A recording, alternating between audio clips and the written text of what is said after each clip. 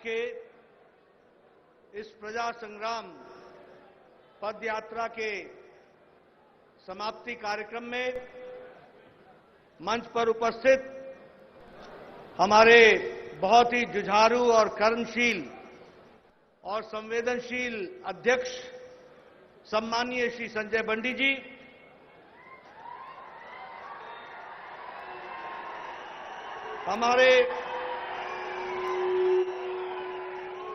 हमारे भारत सरकार में मंत्री श्री जी किशन रेड्डी जी,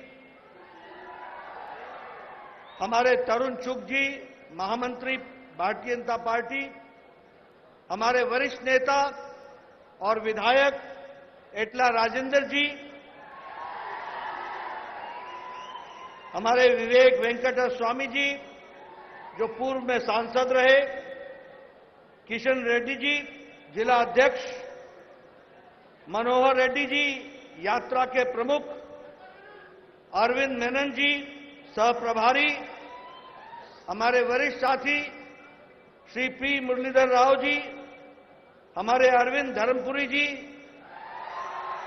हमारे सुधाकर रेड्डी जी, हमारे सभी मंचासीन वरिष्ठ पदाधिकारी और कार्यकर्ता बंधु और यहां इतनी बड़ी संख्या में आए हुए दूर दूर से हमारे सभी पार्टी के समर्थक, पार्टी के प्रेरक और पार्टी को उत्साह दिलाने वाले हमारे सज्जन वृंद और मीडिया के मेरे साथी, प्रिंट मीडिया और इलेक्ट्रॉनिक मीडिया के मेरे साथी, आज मेरा ये सौभाग्य है कि मुझे इस प्रजा संग्राम पदयात्रा के समाप्ति पर आने का सौभाग्य मिला है।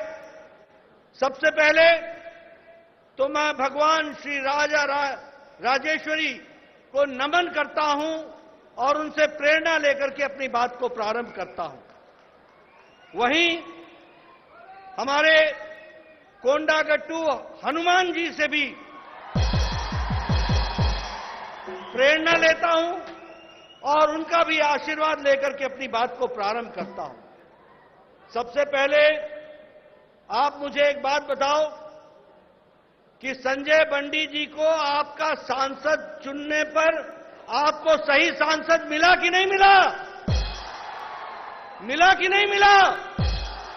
मैं पीछे से सुनना चाहता हूं। सांसद संजय बंडी आपको सही सांसद मिला कि नहीं? मित्रों, सबसे पहले तो मैं आपको बधाई देता हूं और धन्यवाद देता हूं कि आपने भारतीय जनता पार्टी के संजय बंडी जी को सांसद के रूप में चुना है।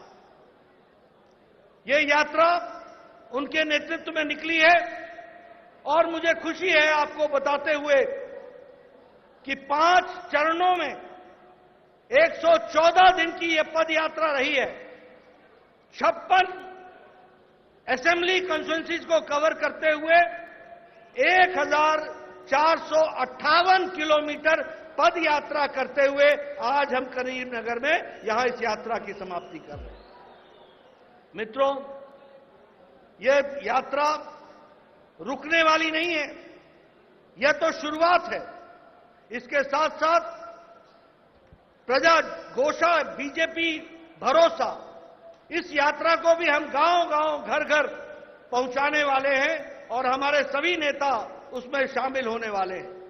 और उसी तरीके से एक नारा भी आप लोगों ने तय किया है, सालू डोरा सिलाऊ डोरा अभियान।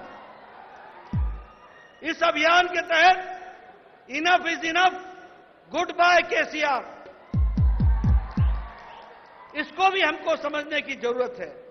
और साथ ही साथ मैं यह भी बताना चाहता हूं कि दूसरे फेज में और तीसरे फेज में, और अभी जब मैं आ रहा था तो मेरी यात्रा को भी रोकने का काम टीआरएस ने किया और टीआरएस के लोगों ने किया।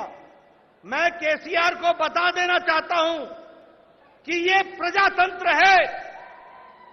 दमन को प्रजातंत्र के अंदर इतिहास के कूड़ेदान में दफन कर देती है ये जनता है। इसको पहचानो, इसको समझो। और इसीलिए मैं ये कहना चाहता हूं कि पार्टी ने इस यात्रा को निकालकर जो लोगों का जन आक्रोश था उसको लोगों के साथ मिलकर के समाज में, देश में, प्रजातंत्र में बताने का काम ये हमारी यात्रा ने किया है।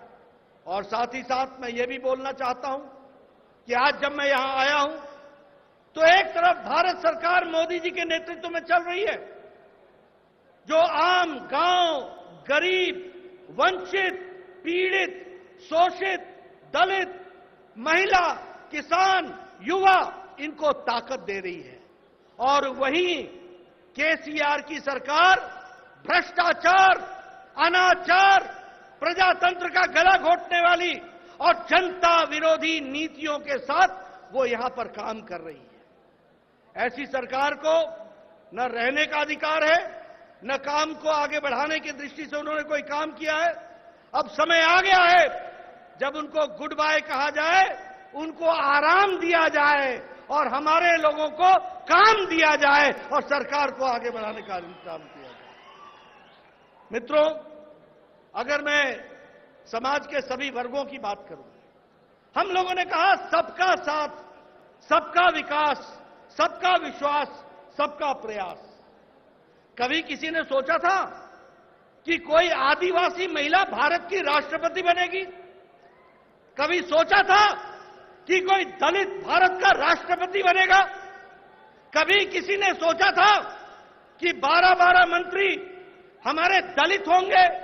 कभी किसी ने सोचा था कि 8 मंत्री हमारे केंद्र सरकार में आदिवासी वर्ग से होंगे और 20 से ज्यादा हमारे पिछड़े वर्ग से होंगे?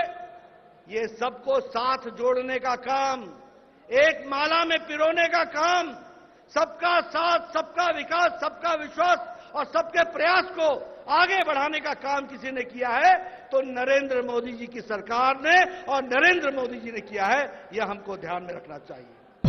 मैं इसके साथ साथ यह भी बताना चाहता हूं कि विकास के दृष्टि से आज अगर मैं तेलंगाना की बात करूं तो जो सड़कें बनी हैं वो पिछले 5 साल के अंदर केंद्र सरकार के द्वारा 4,996 किलोमीटर बनी है, 4,996 किलोमीटर। इसका मतलब यह हुआ, और उसमें 104 लाख करोड़ रुपए खर्च हुए हैं हाईवेज इन तेलंगाना।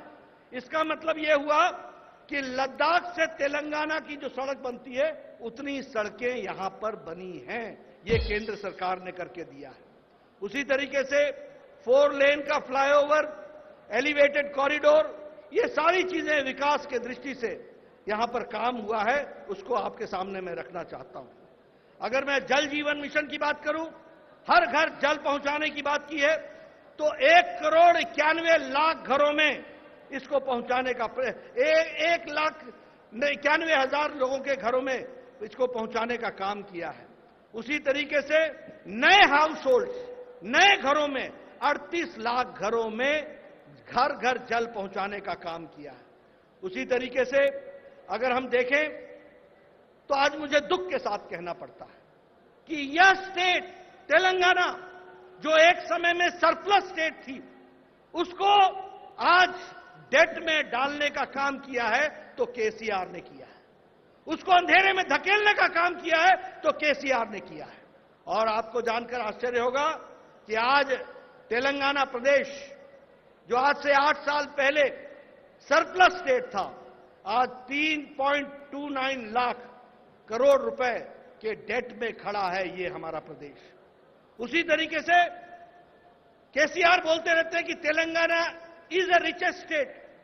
मैं उनको करेक्ट करना चाहता हूं, Telangana was a richest state, you have made it a poor state and a debt state. यह भी आपने ला करके खड़ा किया है। अगर मैं बात करूं, ऊंचे ऊंचे विचार लेकर के चले, ऊंची ऊंची बातों को कहने के लिए चले। मैं कोशिश करूंगा, आपके तेलंगाना में एक कहावत है, उस कहावत को मैं तेलुगु में बताने का प्रयास करूंगा। पता नहीं मैं समझा पाऊंगा कि नहीं समझा पाऊंगा, लेकिन मैं कोशिश जरूर करूंगा। वो कहावत क्या है? उट्टी येगरा लेनम्मा स्वर्गनिकी येगुरा दामु आनु कुंडी। यानी छत पर हांडी टांगने की जगह नहीं और सपने आसमान के देखने लगे हो, यह है केसीआर का काम। ऐसे लोगों को रहने देना है क्या? ये कुछ आपका भला कर सकेंगे क्या? बताओ मेरे को, भला कर सकेंगे क्या? मित्रों, आज अच्छा नहीं लगता है कहते हुए।